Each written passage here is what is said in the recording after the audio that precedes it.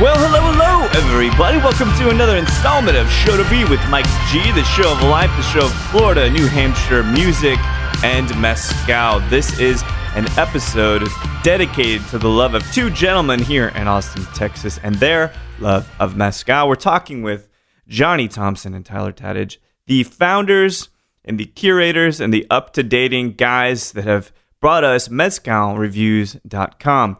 We met some months ago. We shared our love of mezcal after having a beautiful Jabalí vertical tasting some weeks prior. We've kept in touch. We commiserate about the state of mezcal. We celebrate the state of mezcal. And these two gentlemen are prominent voices in this community, and they've managed to assemble a massive list of mezcales for you to try and read about some of those finer tasting notes.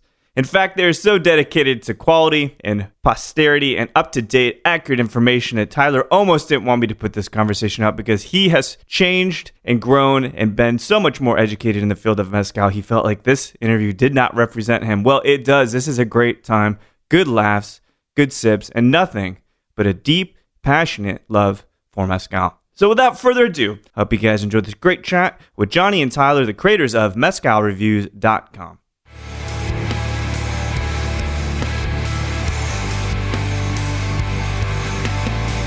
Good. I mean, you talk to producers down there and you talk to some of the brand owners who are coming up here to the States. Yeah. And, they're talking about how mezcal is really, it's a term that's used for this spirit that is created not completely all throughout Mexico, but, right. In 9 states. Yeah. It's pretty big. Yeah, exactly. So I think it's great. I mean, it's awesome that Oaxaca, has kind of their heartbeat and their finger on the pulse right. of mezcal, but at the same time, you get a lot of different flavors. You get different agaves. You get different like production techniques. Yeah. Different states and different regions are all doing things differently. So it's, in my mind, it's non-competitive, right? It's the same spirit, but it's something from San Luis Potosi is apples and oranges away from something that's produced in Oaxaca. No, that's a great point. Tyler, do you have a particular state? I mean, do you go to Oaxaca? Not when traveling, but when you kind of revisit some bottles and some producers. There's any state that you kind of comes to mind as like really riveting for you? Yeah, Durango. I think the Yeah? stuff. I mean, I've had a few things from there. The first one I tried, I think, I was actually in a bar in Amsterdam. No kidding. Which one was it? Do you recall? Tales and Spirits. Oh yeah, interesting. And okay. the guy there is like he's like a David Tramp. I like he's that like name. a It's brand good. rep for Casa Cortez. Okay. And he actually introduced me to Assis from El Lagorio. No shit. So it's this crazy In connection. Amsterdam? Like I went there. What were you doing in Amsterdam, Tyler? Well, I flew in a few days before my family got there for a family Okay, it was a vacation. family thing, not was like- a marijuana, sabbatical. Well, that too, I'm sure. Well, I mean, of course. No, we rented a van and like drove across A van? Europe, like Really? I was kidding. I'm kidding. American, national Like the anthem Partridge, style. the Partridge Yeah. family. So I like flew in a few days early. I'm like, I'm gonna, explore Amsterdam, and It's kind of amazing. I drank a lot of mezcal in Amsterdam actually. Was there something that you could say describes the flavor of the Durango? But Durango, I haven't had Durango mezcal in a while. It's very different. Yeah. The one I tried was from Lagrimas, which is a really Lagrimas, yeah. they're a really cool brand. Not yet to Texas, I don't think, but they're kind of They're not in emerging. America actually. And No, they're- I think they're finally in California. Are they? Yeah, not Okay. to argue, but I think we all get really excited about the stuff that. yeah. probably California. that's good news. probably Get gets way everything. more. Yeah, but it's exciting because again, there's the Mezcales de Leyenda. Have you had that one? I have, yeah. Cucumbers and cream cheese. So actually, the flavor I get it's kind of weird. Is the buttered popcorn jelly bellies. Oh, for many that doesn't ring as a positive thing.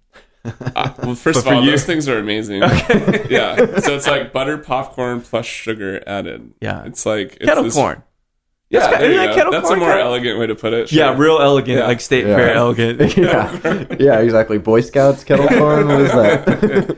No, but it kind of appeals to you. Do you feel like Butter. I mean, you've had it. It's Yeah. like buttery. It is Yes. buttery for Yeah, sure. it's different. Both in So texture and I've tried flavor. a few It's different. nice.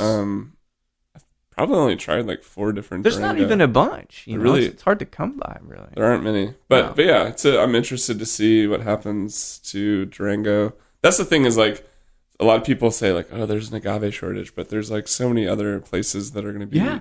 making agave spirits. Absolutely. I mean, you go to San Luis Potosí, that's far east, right? Like, almost coastal. I mean, I don't know my geography as well with Mexico. Let's see. Something Can I like see that. the Oh, hey, map we do have over a on your world wall map here. over It's hard to really focus with Yeah. that light shining on it. But nonetheless, you're right. It's like those regions in France where the wine tastes Sure. completely different, you know? And I think, do you think, because you're interacting with consumers are the ones that are writing these reviews. They're the ones that are ecstatic and evangelical about mezcal as a category. Do you think that they pay any attention to the fact that Mexico isn't just one big massive state, that it is the culmination of all these beautiful, rich cultures, much like America itself? Do you think that they even get that there are those different states? I certainly hope so, and I think that mezcal, probably more than tequila, is starting to open people's eyes to that if it wasn't open already, right? Because you can, go in and it's something that you actually do pay attention to because the production styles are so different, the agave is so different, the flavor is so different. Absolutely. The thing is though, it's not called Oaxaca. It's called like tequila. Oh, right, Tequila It's called Town. Tequila for Yeah. a reason, Right. Which is like that's what's weird. I think about the mezcal dio is it's like dios in Europe are very specific to a region Sure. and like tradition, whereas like the mezcal one is like so far-reaching. Yeah. It's not really like necessarily like catering to that region. Oh, that's interesting. And like I don't know a ton about the new rules, but the whole like ancestral versus like Oh, that's right. The artisanal, production method. it's like kind of like bending what like is actually traditional for certain regions. Yeah. And I don't know. I know there's controversy around it. I don't know a it's ton an about it right interesting thing. now. I didn't even. I completely forgot that particular facet to it, where it's like not only do you have a mezcal that's made in, let's say,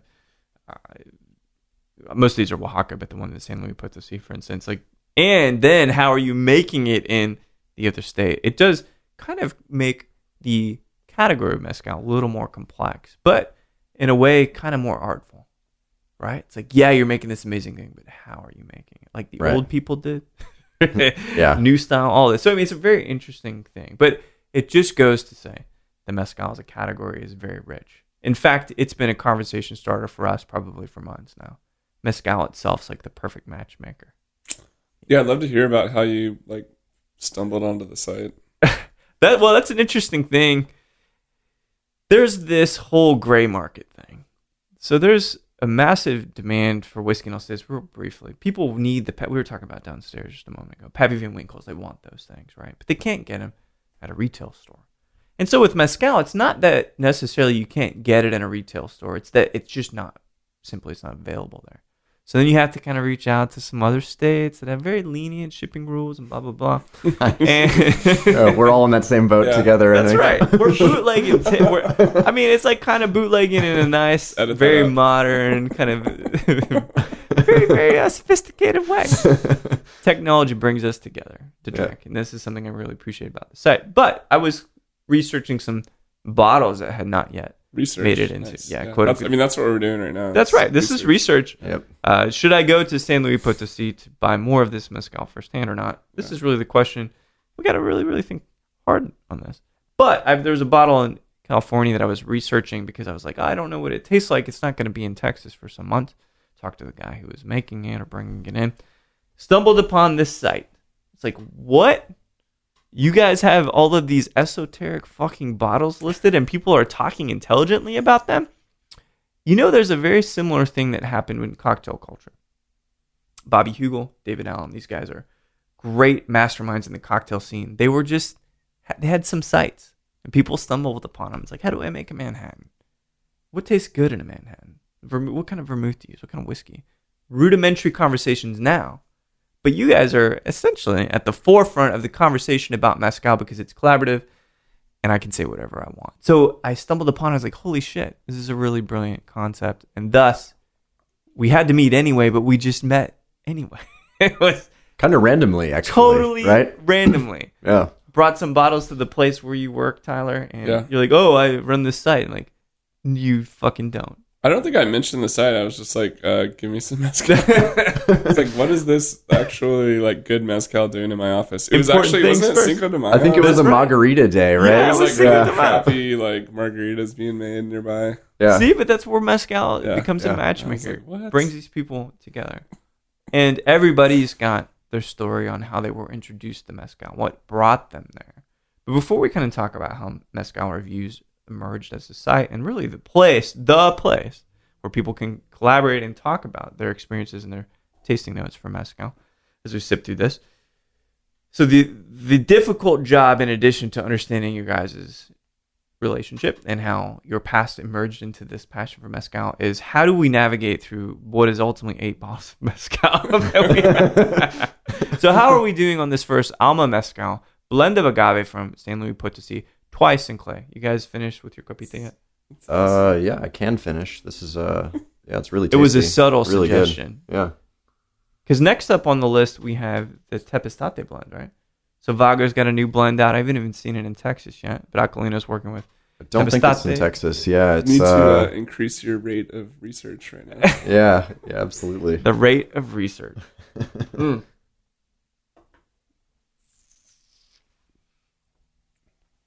You gonna do the honors, Tyler? Do our pouring Still for trying to us? finish my Oh, you're research good. on this. Gotcha. I know. I feel like I'm just an enabler right now. I'm completely conducting and making sure we have a tempo here, which is good because we're sipping through Here, mezcal. I can pour for you. Oh, well, it's good. Let me rinse them out with some water. Okay. Acolino to me is the Lee Marvin of You mezcaleros. could read the bottle if you're keen on that.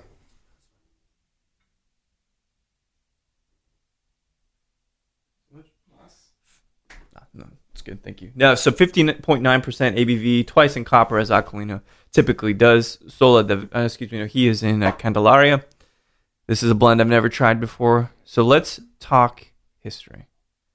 So Jonny, I've done some research, but the problem is much like the name Mike Smith, Johnny Thompson is not a name of which yields a lot of results. There are like thousands tons you of guys. results actually, but Not the results that one might want. Is it safe to say? Are you? He was trying to LinkedIn friend you, I think. Yeah, oh, that's is that right. what it Yeah, was? sure. I saw that Yes. request actually. Keep it professional. It's like, wait, Mike G has a last name? I thought it was like simply G. I was waiting till after this interview before I replied. see if it went all right. But no, so are you a born and bred Texas guy? No, so Where are you reborn? I'm from New Hampshire originally. New Hampshire, really? Yeah. No sales tax, right? No sales tax. Yeah, a lot of free staters up there. It's That's good. yeah, it's kind of a wild spot. The deep south of the far north. Really? It's an interesting There are a lot of place white to people grow there. up. Is that fair? It's like almost completely white people. No Yeah. kidding. What kinds of things were you doing when you were, let's say, in high school? Were you a sports guy? You were a writer, computer guy? I played a lot of music. Yeah, I was because a you're a bass musician. player now, I'm right? a bass player now, yeah. So I played a lot of music. I was a guitarist, piano player back then. I played Okay. like trombone, clarinet. I've played all sorts of different instruments throughout my life. But Was that kind of priming you to do that for a living and going to school for music? Or is it more of a hobby? I it was guess it was some it was say? more of a hobby. I mean, it's something that I've always enjoyed. It's something that I certainly still enjoy a great Yeah. deal. So I mean, it was mostly just like playing in punk rock bands and doing like the whole high school thing where you just play as loud and as fast as you can. And Well, because but you try to get the girls. that's mostly what That's it's about. part of yeah. what it is. So as a white guy who grew up in Salt Lake City for much of my formative punk rock years, what does one listen to punk rock wise in New Hampshire? What's something that was really riveting for you, something that's pretty influential punk rock wise? Punk rock wise, we used to cover. I mean, this is pretty cliche. We used to cover a lot of like Ramon songs and things like that. That's And good then though. we, They're around the block there. Up in exactly, New York, right? exactly. I mean, it's pretty vanilla rock and roll. So, right. I mean, we were like 14, 15, and then we started writing our own stuff at that point and just that's kind of crazy. creating our own music. Did you think about the touring piece to maybe take it outside of the small town in New Hampshire?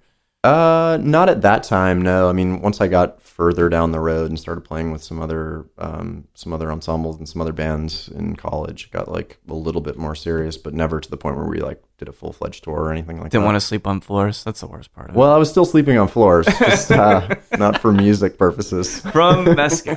No. It lays you flat. But no, was the college/academia journey, was that something that was like really painted out for you? Maybe your parents didn't expect it, but you had to go to college, do the degree thing. Is that for you? I don't know if it was for me. I mean, I did it. I completed it, you know. In New Hampshire?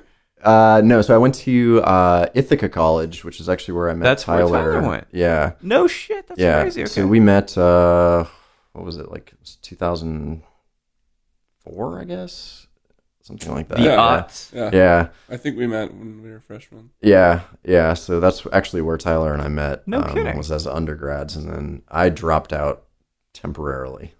Were you having a crisis, or was it just a good time to like what happened. work on something else? I didn't really drop out. I actually just transferred. I okay. took a semester off, kind of went out west and like hitchhiked around a little bit. Worked on some organic farms out there, No kidding. then went back and finished school at Johnson State College in Vermont. Interesting. Yeah. It's weird to me because you guys are really different. So in other words, in some sense, you guys are business partners on this site, right? It is a thing. It is this entity. It will evolve. You'll do more with it. Hopefully have glassware at some point. We talked about that. But that aside, what was the thing that really brought you together that you're remaining friends over 10 years later? It was kind of crazy. So after I switched schools, we didn't really talk to each other for several years, like 10 years probably. Oh, no. Yeah, I just had like a flashback actually. Yeah. Like when you were gone, people were like, Yeah. what happened to Johnny?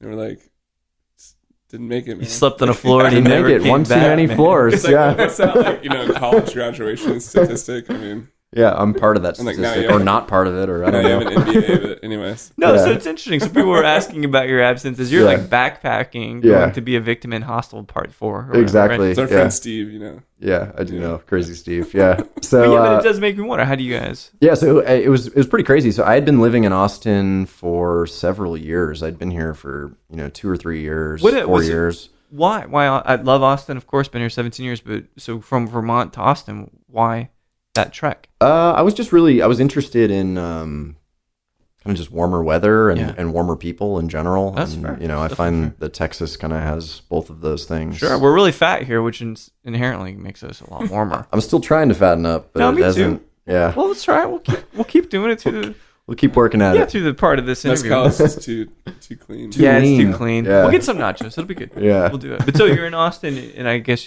you guys reconnected? Well, so it was kind of crazy. Yeah. So I had been living here. Tyler messaged me randomly on Facebook and just said, "Hey, I'm coming to Austin. I'm going to be living in Austin. I just got a job there. We haven't talked for a super long time. Maybe we can hang out and grab a beer." No kidding. So I sent him my information, and then he texted me the day that he moved in. And I was like, "Where do you live?" And he's like, "Oh, this is where I live, and I live on a super small street." And it was the same street that I was living What on. the hell? You So I kidding me? was like, "Oh, like that's crazy. Like, where do you live there?" And he's like, "Oh, I live at the Courtyard, which is the name of my complex." I'm like, "What apartment are you in?" And It ended up turns we out were he's in your closet. Yeah. yeah, yeah, I'm basically. the new roommate. Yeah, I'm watching you now. Some elaborate joke on you, Yeah. Johnny. Yeah, so we ended up in the same building, and yeah, we went out, got drunk that night, and now we have a mezcal website together. That's crazy, though. To some things. I think we played disc golf and went to Freddy's. Yeah, See, but that's a sounds real about Austin right. thing to do. Yeah, What yeah. year are we talking when you moved back to, or excuse me, when you moved to Austin? 2010s? When Yeah, you what came what in? When I year was moved, that? Yeah. 2014. Okay, so pretty recently. Yeah. Well, it's a very interesting thing. So, all right, so we've got this backstory. Johnny, you're playing music, you're doing farming. So this interest in mezcal, this raw material, these people digging things, using their hands, this all kind of makes some sense. Not to mention that I've always found that music, rather mezcal, is very musical. It is. This kind of... When you think of your favorite mezcal, what kinds of songs do you think about? What kind of bands do you think? Jazz mostly. Jazz. Yeah, That's I get a lot of perfect. like experimental jazz out of Mescal. Oh, that's incredible. Yeah. The sparkliness of that ride. That A lot of always like comes to Herbie that mind. Hancock, like just like feather nice. on the keys. Fuck. Yeah. See, perfect. Yeah. We're gonna get along. That's great. Random fact: I listened to jazz in Germany and drank mezcal No with kidding. my you go. sister, and it was awesome. Yeah. That's kind of Yeah. brilliant. But so, all right. So we got New Hampshire. We can understand New Hampshire. It's part of really like one of the first states in America. I'm not sure that I understand New Hampshire, but yeah. Well, I'm just going to assume you do because I've never been to New Hampshire. I have some limited understanding about sales tax and white people. Sure. For me, that's about it. Okay. No, I think you Florida. got it actually. That's it, right? Yeah. That's right. And people from New Hampshire, I don't think they have tech. The internet's not there yet, so I really doubt we're going to offend them. Yeah, I don't. They're probably never going to hear this. See? Perfect. Yeah. Perfect. So I think you're all right. And I still want to go there because it seems beautiful. In all It fairness. is. Yeah. But Tyler, you grew up in Florida. Where? Fucking, I can't pronounce the name of this. It was like Sokojagek or something. What's this city called? Curious what you googled, but yeah, Yeah. I think I'm the only person with that name like on Earth. So. Really? That's good. No. How is Um, growing up in Florida? Well, I grew up in like two places actually. Okay. Yeah, but Where? I think my Facebook only has one. Yeah, so my parents split up, so I lived in Central Florida, just basically a suburb of Orlando, Oh, jeez. just north of Orlando. Maybe I get you more now, knowing that you Well- lived in Orlando. And then I lived in Central California, Oh, where about? so like Bakersfield. It's like What? 2 hours. I north. remember Bakersfield. Talking been about there? farms and people farming. Bakersfield's very It's an agrarian. interesting place. I mean, it's like kind of a country music hub, and Yeah. it was. So I went to high school there, but I did grade school in Florida. No kidding. So your folks split probably what, middle school, something like that. I was super young. Super young. Yeah, like actually went to like kindergarten in like LA. And Oh, no then, kidding. And then that's like when I moved. It's really strange to Yeah. me. The combination of both of those. You lived on both coasts, which actually is something you could brag about. It's kind of nice. Yeah. But for you, what kinds of things were you interested in? Computers, movies, art, science? What kinds of things were you really stimulated by? Bicycle ramps and Yeah. computers Yeah. for sure. Oh, yeah. Matt is Matt. Matt Hoffman is that? That's what I'm thinking, right? BMX dude. I think so. Yeah. Did you get into trouble? Were you like a punk kid that was riding No, I BMX just like and built stuff? ramps out of like wood and things in my backyard, and I don't know. Did you jump off said ramps, or did you just Yeah. build them because you like Yeah, geometry? I'd jump off them occasionally. They were never used. The best part is they just like Yeah. they're all in a garage somewhere, Yeah. just building ramps. Pristine ramps. The 90-degree angle you have perfected, absolutely perfected. Well, so actually thinking about alcohol at large, right? Mezcal, beyond which we'll talk about and how this kind of idea formed. But when you think about alcohol in terms of your family, like, did you guys drink together? Was it a piece of how you guys socialized? That's a good together? question. So my one side of the family is like doesn't drink at all for like religious reasons. Which denomination? Well, they're Christian. Catholics drink a lot, and that's why I love them. So there's always that. All right, but for religious reasons, one side didn't drink. How about the other? The other is like very into wine, like very sophisticated wine. Yeah, You know, the California side. connoisseurs. Yeah. Yeah, makes sense. Great wine Yeah. culture there. So your exposure to So I thought that was interesting, you know, like Yeah. looking at a giant menu and like picking different ones and pairing them with food. And I don't know. I thought that was interesting. yeah. I actually don't really drink wine, but No, but it is the I concept. try of to this get into thing. it. But red wine actually doesn't like settle well with me. Tell me So- more. So my parents like into wine. Like I was, you know, when I turned 21, I was like thought that was cool, and like Sure. whenever I visited them, I was like trying to get into it. And I remember having this like really nice like surf and turf dinner with my dad, and Yeah. like we just like split a bottle of wine, and I like after one glass, I like went to the bathroom and just like threw No it up. kidding. And it wasn't like a like me being drunk. It was just like a stomach thing. No kidding. And I tried it again just to make sure that it wasn't like a fluke. And same exact thing happened. Just red wine just doesn't. Doesn't take. Yeah, Interesting. I think it's good red wine though, because I remember in college I definitely drank some Yeah, as long Some as it red comes in a wine. bag, you can drink Yeah, it, right? Yeah, it's good. something like that. Just Yeah. keep it in your pants. It's nice. So It's anyway, cold. so I missed that. I missed that whole world of, But besides wine, varieties. or obviously besides mezcal, are there other liquors that you can drink? Cannot drink? No, can like that actually they don't disrupt your No, stomach. I mean, so- as far as I know, red wine's the only thing that Oh, that's the only causes an That's issue. strange. Yeah. So then the same question in terms of academia and college. Ithaca College, what is the allure to that college? And I just don't know. What were you pursuing there, Tyler? Degree wise. The physical ed students, maybe? I don't know. That's what you were studying, or No, you said pursuing. Yeah, Studying well, or- yeah. let's talk intellectually. That's not more physically pursuing, I suppose, pursuing. yeah. I don't want to talk about stalking or any of that stuff, right? But no, so intellectually, what drove so you to I that was college? doing communications, and I was actually really interested in film editing. Oh, really? That's what I thought I was going to do, yeah. Tell me somebody, I love film, obsess about it, especially during Halloween. We were talking about Hellraiser earlier to compare tasting notes to a mezcal from San Luis Potosí. Again, that's how it makes sense to me. Jazz makes perfect sense. For you, any particular filmmakers that were really influential for you, the way that you saw things, colors, aesthetic, tone? Paul Thomas Anderson is Of good. course, yeah. What's your favorite of his?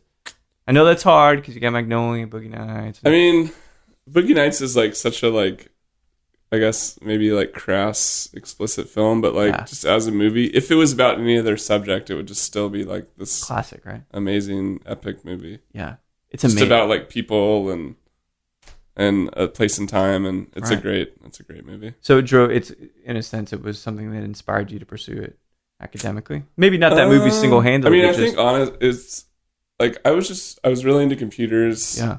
And then in high school, if we had a project to do, I would say, can I make a movie about it instead of like writing a paper, No kidding. doing a class presentation? Yeah. And so then I just pretty much from my freshman year on, anytime I could do a video instead of a paper or a presentation, I would do that with friends. Oh, that's crazy. So it's a visual learner. Is that fair? Very visual centric guy. Yeah. And then, like my friends were very social and they would do their thing. And then I would just sit in my room for hours on the weekend and like add sound effects and editing, No kidding. transitions and this and that. And Are we it was- talking it a was lot of second fun. career here, maybe in the future, Tyler, to do some editing, to do some filmmaking? I mean, I think that ship has sailed, but I mean, it's fun. You're getting I think I older, could right? jump back into it. I Yeah. have some friends in like LA and New York that are successful editors. That's amazing. But still, they've worked a lot harder, obviously, and still do it. Well, so. but you're doing well in tech. I mean, Yeah. you've done pretty well. You've worked at some great companies, from my understanding. But here's the cool thing: think about film, right? You think about music. Obviously, those things are very similar in terms of their framing a melody, framing an actor, which is an instrument. These things are foundational to mezcal. And so, whereas it sometimes seems like the journey was headed in a whole different direction, the fact you guys met in Austin, lived in a complex, and he was spying on you, Jonny, from your closet, apparently, or some form Right. thereof. You're out of toothpaste, by the way. So tell me, what was the moment where, because I'm sure you didn't know you wanted to work with mezcal yet, but what was the moment that you're thinking, Jonny, like, I want to work with Tyler on something? Well, I think the idea of the website was out there, and we'd kind of just been like casually discussing it, like not just Tyler and I, but a lot of like our other friends as Yeah. well. And Tyler was probably the one who was most excited about it. So we What was exciting going. about it for you, Tyler? Well, I mean, I like working on side projects, but I lose motivation if it's like just myself doing it. I see. So like it kind of actually goes back to like high school. Like it was fun working on little movies with my friends because they actually didn't mind spending their entire weekend doing something like that. Instead of, I don't know, watching TV or Right, so you like the collaboration drinking part beer of or it. whatever. So yeah, it's like, yeah. so like as soon as I found somebody that wanted to do like a side project and that had the same enthusiasm that I did, then it was obviously like, Something there's you no need to reason pursue, not right? to. Yeah. That's kind And of it's been a good match since then. I mean, we just have like our regular meetings. I'm doing air quotes. that's good. Meetings. You know, This is a meeting, mind you. This is market very research. much a meeting. And then, so to take a brief tangent, this brilliant blend from Acalino at 50.9%, twice in copper. Incredible. Loving this a lot. Now, that's, I got to say, I'm a little biased. I have a bit of a crush on Acalino as a man I crush. think we all do. Yeah. Good. Yeah. Right. Yeah. I mentioned Lee Yeah, Marvin you're earlier. among friends here. Yes. There are certain people in history of cinema, especially, that you want to have a drink with. Clint Eastwood in the 70s, that's a guy I wanted to have a drink with. Lee Marvin, whenever, a guy I want to have a drink with. Steve McQueen, guy I want to have a drink with. Acalino, luckily, I've had a drink with him. There you go. But I want another one. So this is brilliant. So how do you guys feel about blends on the whole? Well, I would also point out the difference between a blend and an ensemble, right? Yes, that's, in a way, I was prompting you to be the experts that you are. Well, I'm not an expert, but I do know that much at least. Yeah. So a blend is a blend of distillates, or correct me if I'm wrong, 'cause sometimes I flip these, but an ensemble is a blend of different species in the ferment. Is that right? Or am I flipping that wrong? The ensembles can be made in different ways from what we've seen. It's also like, sometimes you don't really know based on the bottle and on Right. the text on the bottle. That's like, really Yeah. knows. You kind of have to dig deeper. Like, Yeah. That's what was that? Delmagay, Espadine, Tobala? Oh, yeah, that's the- a limited. the blend. It Yeah. was only released in Yeah. Europe. Yep. I think Yep. it's a blend, but it's like amazing. Don't make Yeah. me feel bad It's about not incredible. having, and I Yeah. believe it's coming back. And Las Perlas here has their own bottle that is soon to arrive. That is Yeah, a so blend we of hear- Tepextate and Espadine, Forget I what it think. is, but Yeah. To yeah. get jobs there, Yeah, we need to be there on opening night. get the bottle, Yeah. and then The label's approved. They're ready and set for everything. It's just the Pernod Okay. Ricard takeover Excellent. thing. We got to see how that Nice. works out. Yeah. But it's a yeah, good you're thing. How do asking you, about how do you blends. feel about Yeah. blends in general? Do you have any Um, problems with that? It's tough to keep track of, to be honest. I mean, some brands will have different percentages. They'll say, like Vago says, oh, this is 29% this, 30% this, so on and so forth. Others don't necessarily keep that detailed information. Some of them will say, oh, these agave were, cooked together, or they were cooked separately, or they were fermented together. There's like different processes that can be involved with the actual, bringing together of those agave. Right. And it's awesome when the brand does have that, when they know that information, and that's great. And we can put that on our site. And I think that people are generally interested in reading about that and are interested in that process. Yeah. A lot of brands don't have that, where they'll just say, oh, this is, quiche, Right. a general, very general Karwinski. This is a quiche and an Espadine. And that's kind of all there is to it. Yeah. So I think it kind of depends on the level of detail that you get out of it. What about flavor wise, Tyler? What do you think about blends? Do you feel like they're able to, because you're working with now obviously single varietals, as we will try here with these Tobalas in a second from Mezcaloteca and Sombra Mezcal, but the level of depth, do you feel like it's much greater with a blend? Can be. I mean, I think it all depends on the producer. I mean, there's a lot of other. So like the Mescalero brand, like Yeah. the brand, I mean, they just do these kind of like one-off releases. Like I think pretty much all of those are ensembles. Yeah. Yeah. Most of them, yeah. And I mean, definitely some better than others, but I mean, it's kind of cool to like, once you get a little more into mezcal, you can kind of like pick apart like the flavor journey happening there. Yeah. Another thing Yeah. about ensembles is like, we were kind of told that that's like very traditional. Is like Okay. a Good. guy would go out onto their property and they would just say, okay, what is ripe, and Got it.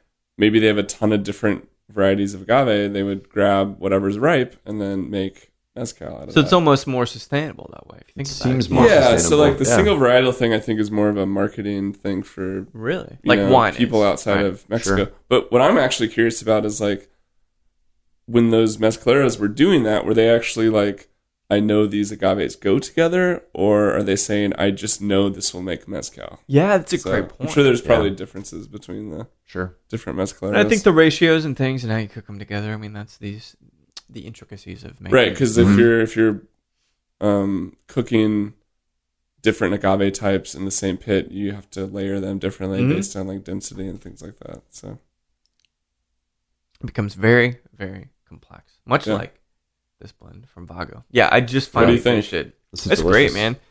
I mean, again, you have a man crush on somebody. You probably can't, you probably can do no wrong. Right. You know what I mean? It's hard Yeah. to like, well, I can leave. Now, what I'm hearing too is the torch is being passed. So is it Mateo, his son? Right? Yeah. So, I've seen, I seen and heard some things. which is great. Yeah. Though. This is what tradition is. It's passing it on to the next generation. So perhaps these are some things that his hands have really, really been paramount in constructing these flavors. I'm not sure yet. So as we talk about our journeys and how we actually got introduced to mezcal, let's sip bottle number 3. So this is the Sombra Tobala, the kind Richard Betts and Travis Tober here of Nickel City in Austin. This was a gift, and I want to share the shit out of this gift. A 1.75 of Tobala. Oh. Twice Yeah, the this copper. is a heavy bottle.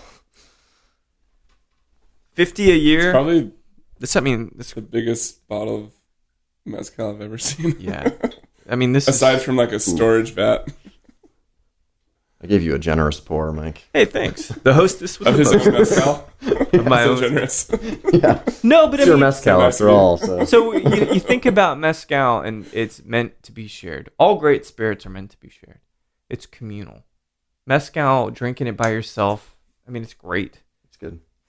But sharing it with you guys, this is a brilliant, brilliant occasion. Johnny, I know that's a massive bottle. It seems like you're having a hard time even pouring that in there.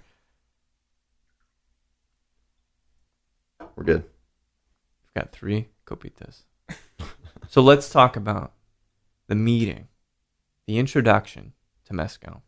People don't drink mezcal when they turn 21. Or if they do, Well, they drink the rubbish. Yeah, Johnny has some good stories about finding mezcal. And Well, so how did mezcal find you, Johnny?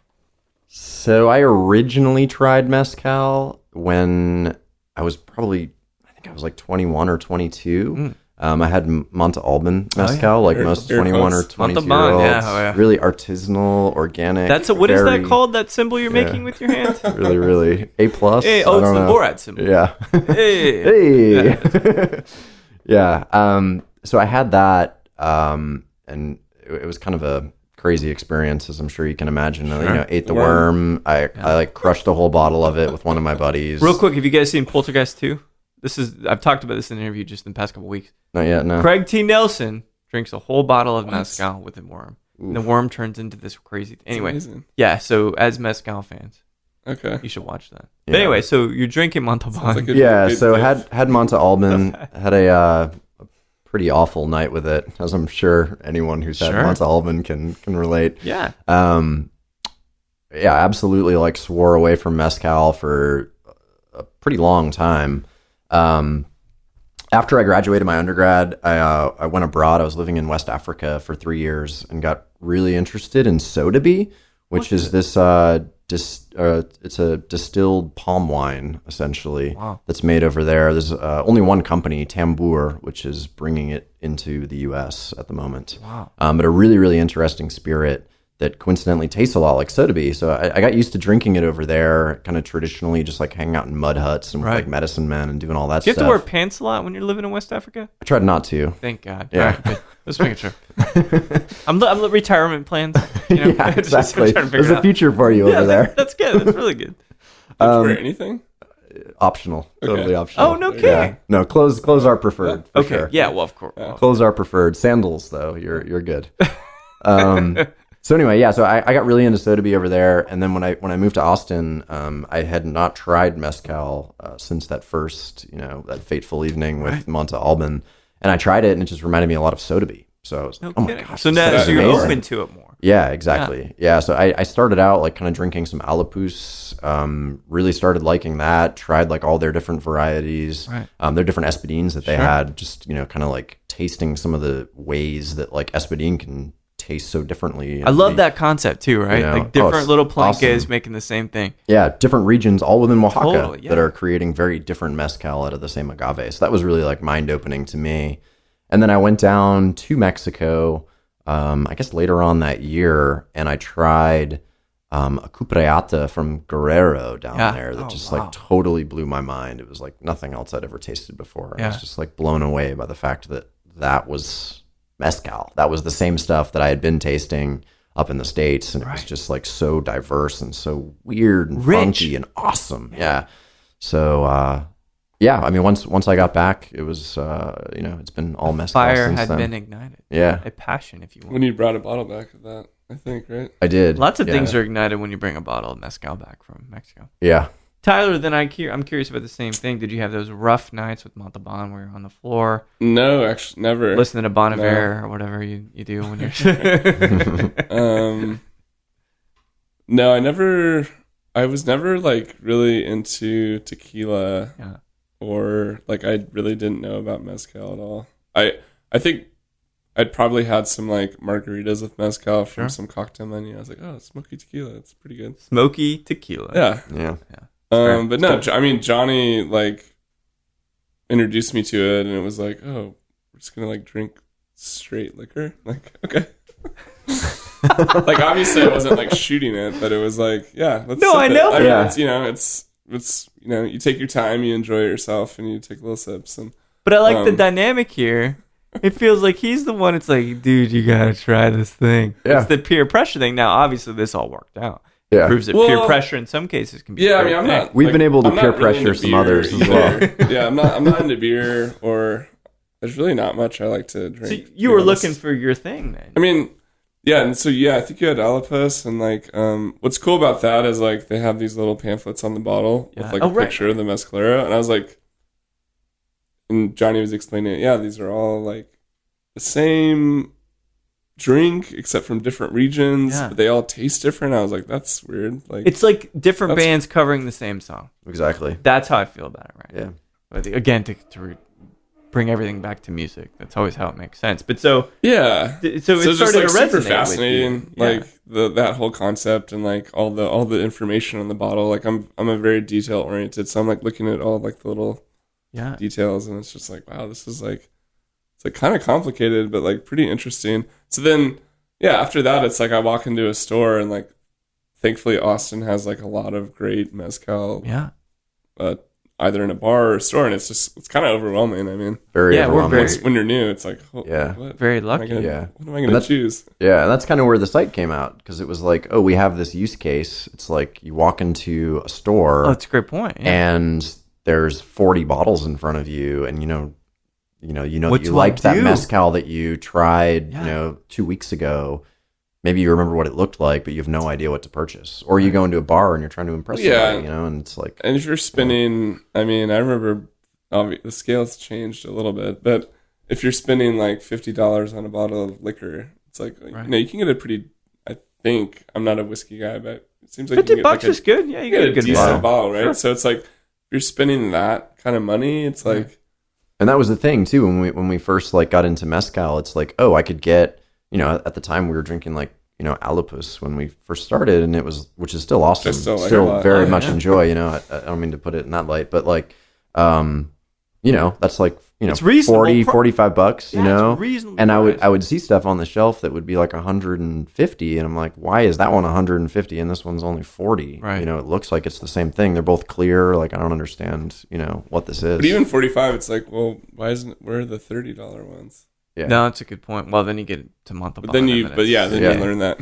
Yeah. You learn that exactly. lesson pretty hard. But so Yeah. this makes some sense. So to help cut consumers disambiguate this massive wall of mezcal, you're like, we can help. Yeah. We can help. Let's build a site and and the whole idea is that like our view is just the same as anybody else's, right? Like we can write a review, you can write a review, Sure. anybody else can write a review, Even playing. We're not pros, Right. and we don't expect anybody else is. And if you are, that's awesome. But if you're But not, what is a pro to you guys? What does that even mean?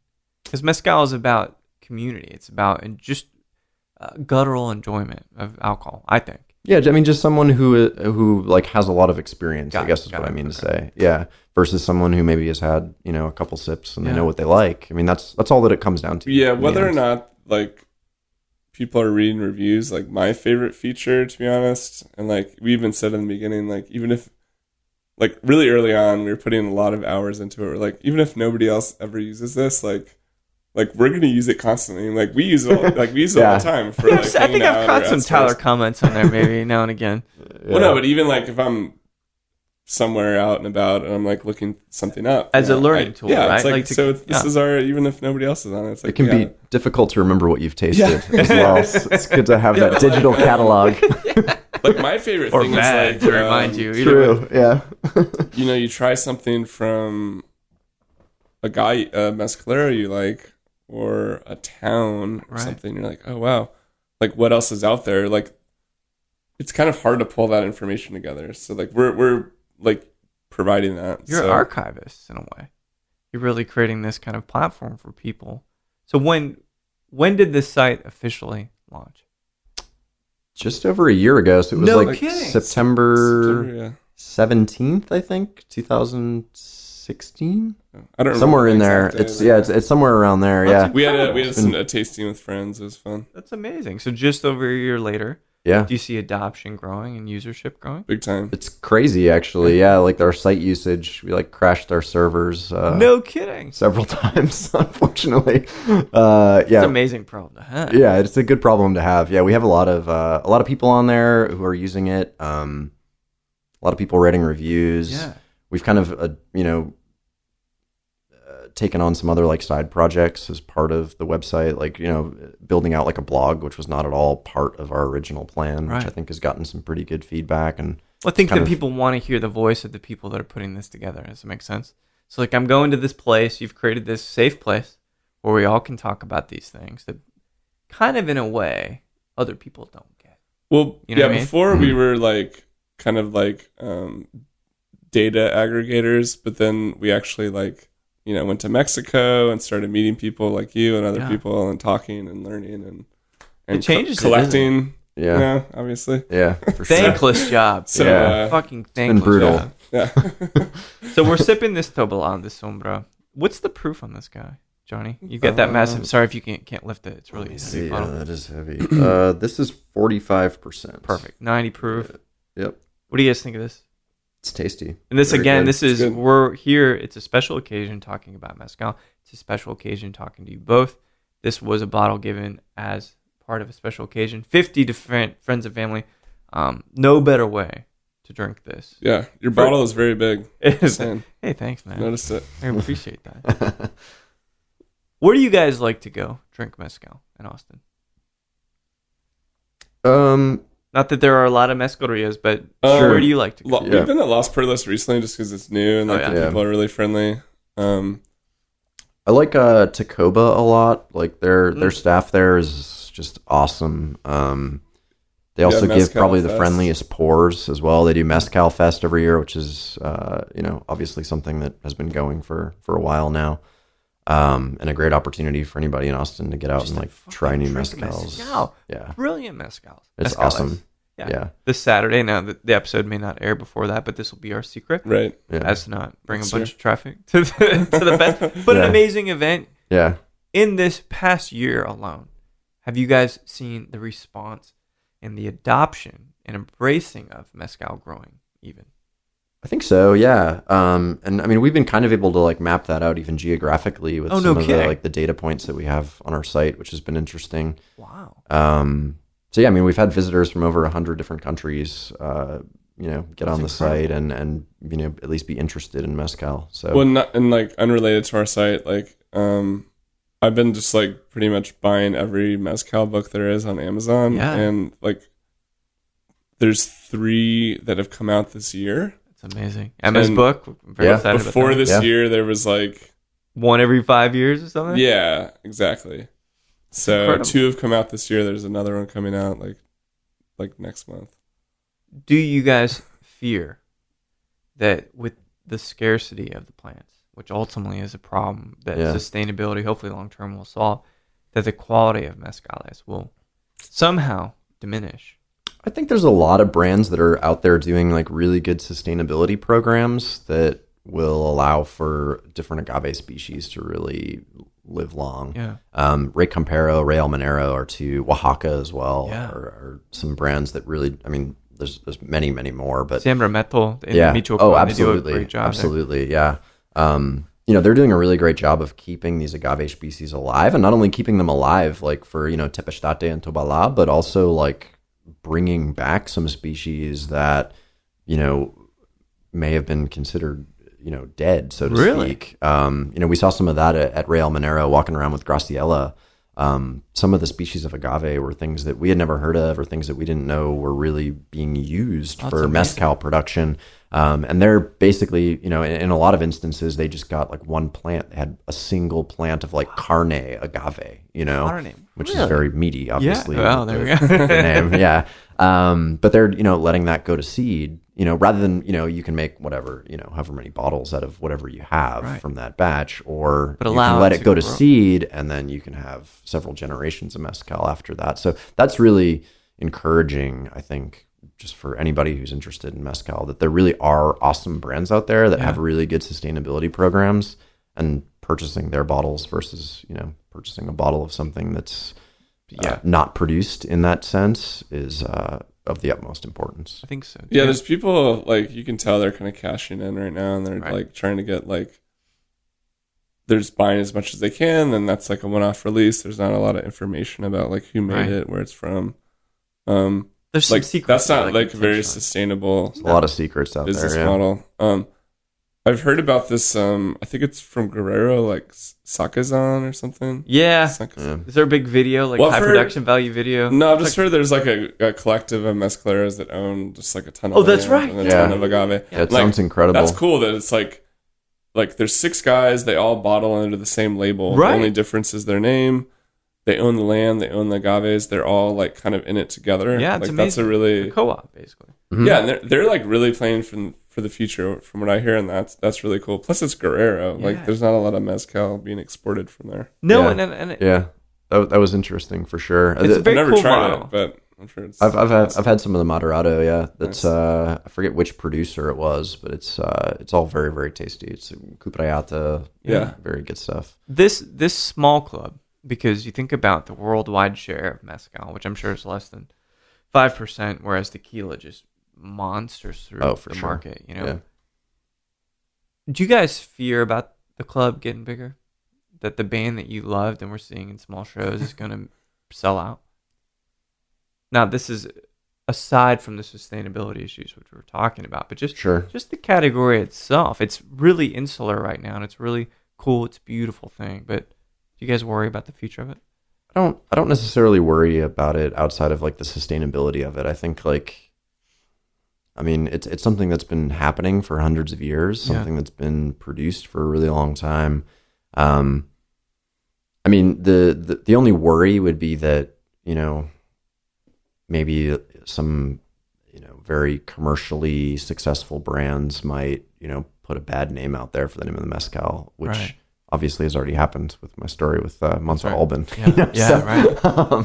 I think the worst has already been. The worst is over. The worst is over. Yeah, I mean, it's a renaissance now. Yeah, exactly. Like, you get over, the worm, and you get over all this other stuff, and you end up with some really awesome spirits. Both those that are sipped, I think it's worth noting too. Like some other brands that are out there that are doing this for, with more of an aim towards the cocktail industry, that have an equal view towards sustainability and have an equal stake. I think Sombra is a good example, right? I know Richard's working very heavily on making his mezcals as zero and as carbon neutral as possible. Sure. They're building bricks out of agave fiber, which is an amazing thing, because then you can feed that in for heat. Anyway, some really, really profound ideas. But you're right. I mean, there's the stuff for sipping, there's stuff for cocktails. I mean, it spans all the gamuts.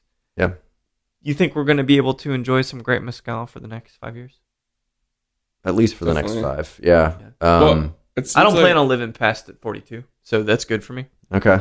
Yeah. Well, the 5-year outlook. That's right. 5 years. Very easy, very manageable. I mean, earlier we were talking about like other states. I think there'll be a lot of other states that are going to kind of become a little bigger in terms of exporting. I hope so. It's a great. And then we actually saw this agave spirit from India pop up. No kidding. Recently. Yeah. Which I'm very intrigued by, because agaves grow in other places. Sure. So Thailand, for instance. Mm-hmm. Yeah. Texas. Yeah. Yeah. Well, yeah. Yeah, your front yard, Mike. That's right, and the massive cooler of agave Americana I have in the kitchen. I don't think you guys saw that, but all the huelos there. But yes, you're right, it does. So it's an emerging market.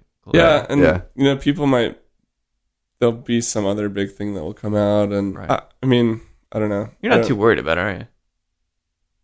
You seem not really. It's also like part of this whole like hipster handmade kind of thing. Yeah, like right. even if a bigger brand is like buying these big companies, like Burt's Bees is Right. owned by Clorox or something like that. Like I'm not, Yeah. I'm not Seems even about joking. right. Yeah, this But seems like, right. Very but like, clean. Yeah. I think like from what I know, like the brand is still being produced the same way. It just Right. happens to be owned by this other Yeah. entity. Well, Del Maguey, So- great Yeah, example, right? exactly. So yeah. like, And we have to hope that that's the case, right? right. So I have no reason to believe that it would not be continuing in that same fashion. you know, people had mixed reactions to that whole like purchase in the Yeah. community, but like Well, so the real, the consumers buying those expensive bottles are still going to have that like sharp eye. yeah, oh yeah. I think. I'm guessing. So talking about the Del Maguey piece real quick, the acquisition, they called me and they're like, dude, do you have any questions? I'm like, no, you guys are committed to quality. You need more capital to make more mezcal. I'm like, yes. Is anything going to change? No.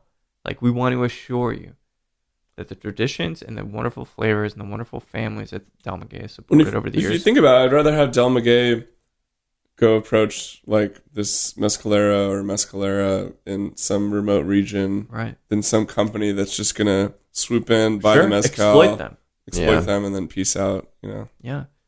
Well, so Which happens all the time because they don't Oh, have it a totally concept does. of like the greater No. market. absolutely. Yeah. And they don't have the benefit of technology Yeah, it's not or a long-term formal investment. education, any of these things. Yeah, so it is nice for, Del Maguey now is, plugged into different distribution channels, different marketing channels. I mean, same thing could be said for like Mezcal Union with their partnership with Diageo.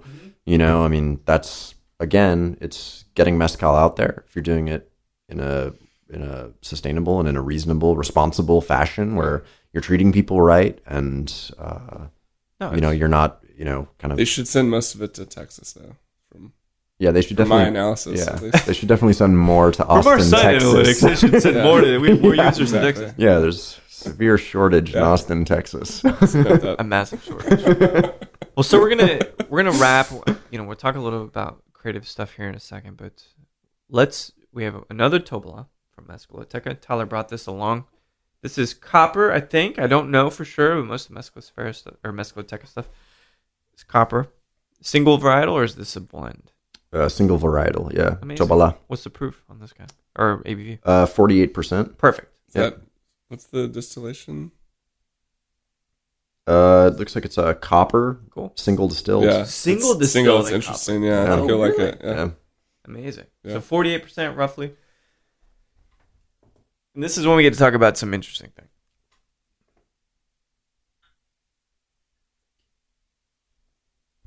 So as we Can't really pour with my right hand, but This could go one of at least two this ways. is a small bottle. You didn't have the daunting task of lifting a 175 to yeah. 3 small little teeny copitas, Yeah.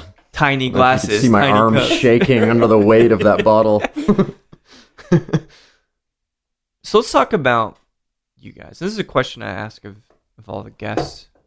We'll talk about the future of Mezcal reviews here in a moment, but Jonny, for you, this is a question I really think about. We talk about Acalino, loving to share a drink with the guy. Lee Marvin, Steve McQueen. Some of these classic Hollywood actors for me.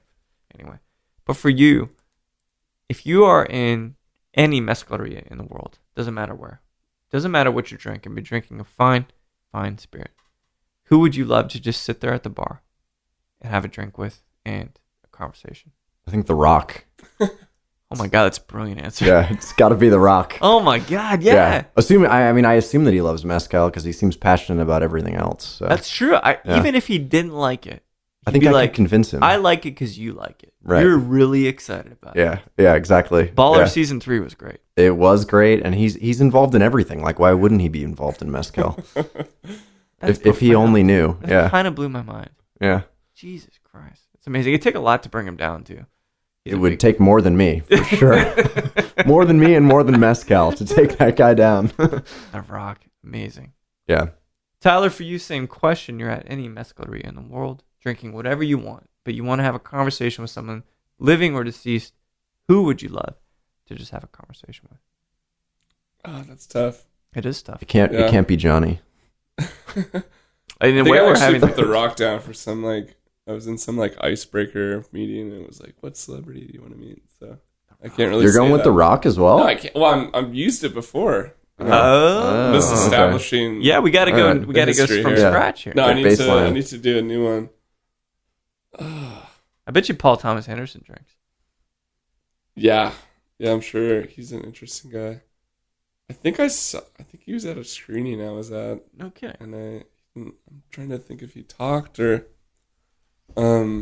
Steph Curry likes mezcal. You can sit down with Steph Curry, right? He has the reigning his own Vago 3-point label. champ. He does have his own Vago label. Like that's For whatever that's worth. Yeah, not sure if he's legit.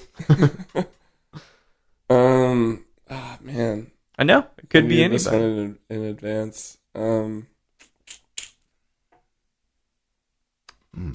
Let's narrow it down to film. Narrow it down to film. Yeah, director, actor, actress.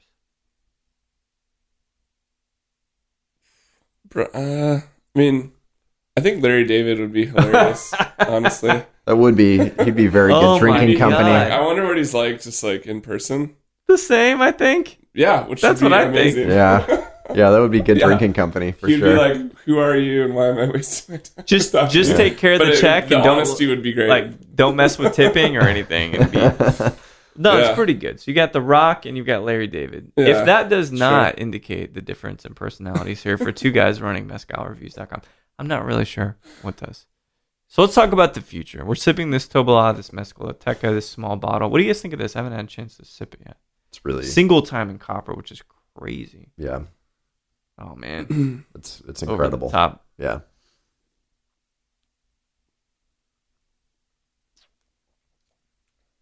You know a tasting note that we all know that we never mention? Elmer's glue. That high punch. Meaning that we've all tried it when we were young. Well, we've all smelled it. We've had a really good, or maybe. Oh yeah, poor no, experience. definitely never. Yeah. eaten it. No, I've never Yeah. eaten. Well, Yeah, the of paste you course. probably have. No, I say Yeah. glue. You're fine, but you probably. Yeah. You look like a paste kid. Yeah. No need to deny this. We've all been there. What does the future hold for what I consider to be the leading site about mezcal and non-overly intellectual mezcal agave information? Because that's what the industry's like, right? You want to dive in, you want to learn about where specific species grow, how long they grow. There's lots of resources. When you talk about the enjoyment of the liquid in the bottle, you guys are providing something that's down to earth and allows people to learn and feel like a community that's not too esoteric or ostentatious. So, what's the future hold for mezcalreviews.com? Ostentatious. Yeah. Oh, nice. Good. That's great. Well I've done. never heard that one, Tyler. That's never in my 17 years. It's brand new. Yeah, I mean, I think we're just gonna keep doing like. I guess we should stop doing that idea to have a quiz before you can access the site. Oh See how yeah. much you know about this. A Probably a competency good quiz. Yeah, idea. or else you get banned. Yeah. That's not good. Yeah, bad idea. All right. Yeah, we'll cancel that. Cross that off the list. It's no longer viable. Are you over 5'2"? No. Out. Blocked. Yeah, I mean, I think we're just going to keep doing, what we've been doing. I mean, like the direction of the site for the most part has been dictated by what we're interested in learning about, as far as content goes. So we're just going to keep going that route, I think, and keep developing more of the blog and more of like the bottle side of things. And We get a lot of emails too from people that are like, that helps as well. A lot of questions from sometimes it's just a random like, love the site, Yeah. like, keep rocking on type of emails. But the or other questions we get times- are awesome because that does dictate like what we put into Oh, it's some amazing. of the content or Yeah. like a blog post that we might put up or Right. Sometimes we get like people that are very like critical of something or interested in something, Sure. and then that kind of like makes us like take a second look at our research or like the information we're providing, and we invite pretty all that awesome. feedback. Like we definitely want all of that feedback. You know, Right. I mean, we're as we've mentioned, like we're learning just along with everybody else. Like this is kind of our journey, and we hope Right. that everybody else like jumps on the journey and is with it. And is going through it with us. Yeah. So yeah, I mean, we've been talking about like going to different states in Mexico, like maybe visiting Michoacan and visiting some other producers in some other areas, and kind of getting some blog coverage of some of that. Obviously, getting more bottles on our site. There's just a never-ending supply. Like amazing, there's though. new brands that pop up like every week, so we need to get all of that stuff up there. Yeah. I mean, Yeah, on the site, not Yeah. in the apartment. Well, Well, both are problems actually. Yeah. The virtual storage body. unit. Yeah, both those virtual and those that are physical in front of us. Yeah. You got it. Well, I mean, you have to collecting is kind of like It's a big part of it. yeah, for sure. it's like research, obviously. Yeah. But you got to admit, two guys developed a site that people use, they trust, and they learn from. And you guys get bottles as a side thing, right? Manufacturers or rather Research. producers, yeah. How's it feel to kind of be industry leading in a category that many feel might be niche, but it's growing? You guys are really well positioned in this place. How's it feel? Are you implying like we get free bottles? No, I'm not implying anything. I said that you were getting I free wish. bottles. I thought you wish. did get free bottles. Not really. No. We get some, but Not See, not even if you get bottles, one, it bottles. counts. I mean, Even samples is fine. samples. we get samples. Couple. Do you feel a responsibility though, Love to being get a at the bottle. helm of this? The only real trusted mezcal reviews. Yeah, I mean there is some responsibility I think that goes along with it. I mean, and that's why we do, I think that we both have strong opinions about like the future, especially as far as sustainability is concerned. Like that's definitely something that we want to promote. And we like even if you look at like any of like the little niche references that we make in any of our blog posts or anything like that, like there are like we refer to brands that we trust. Yeah. you know? So like, I mean, the site is called Mezcal Reviews. It's a content site. Yeah. Like the content is like unopinionated. Then we have our blog, which is obviously Yeah. like that's Slightly more. it's individually Good point. written and Yeah. opinionated. But like it's interesting to see like we had this one review come in for like this crazy expensive bottle, and this guy was like all bummed out that like he spent all this money and like Yeah. like it was expensive and No he like felt kidding. totally burned and like it was interesting because it was like, well, if you had like gone on here before, you might have like known that, or But it's great that he or posted tried it, you in a know, bar, but Yeah. also he still so contributed that back. no one else, Yeah. makes that same mistake. If it was Yeah. a mistake, you know, Wow. I mean, he clearly thought that it was. Just on the front lines, taking those bullets for the rest of us Yeah. to make it seem really bleak. Yeah, not. I mean, and it's also like we're not like sommeliers, but it's kind of like what's your overall impression of something? Right. Like it's obviously It's not if something- pretentious. it's pretty. I think it's fairly easy to determine if is this tastes like a really bad tequila or Right. is there some interesting things going on here, even if it's like weird and funky and Right. like it's like should I try this or not? Should I try it at a bar? Should I buy a bottle? Like, where do I want to Yeah. explore?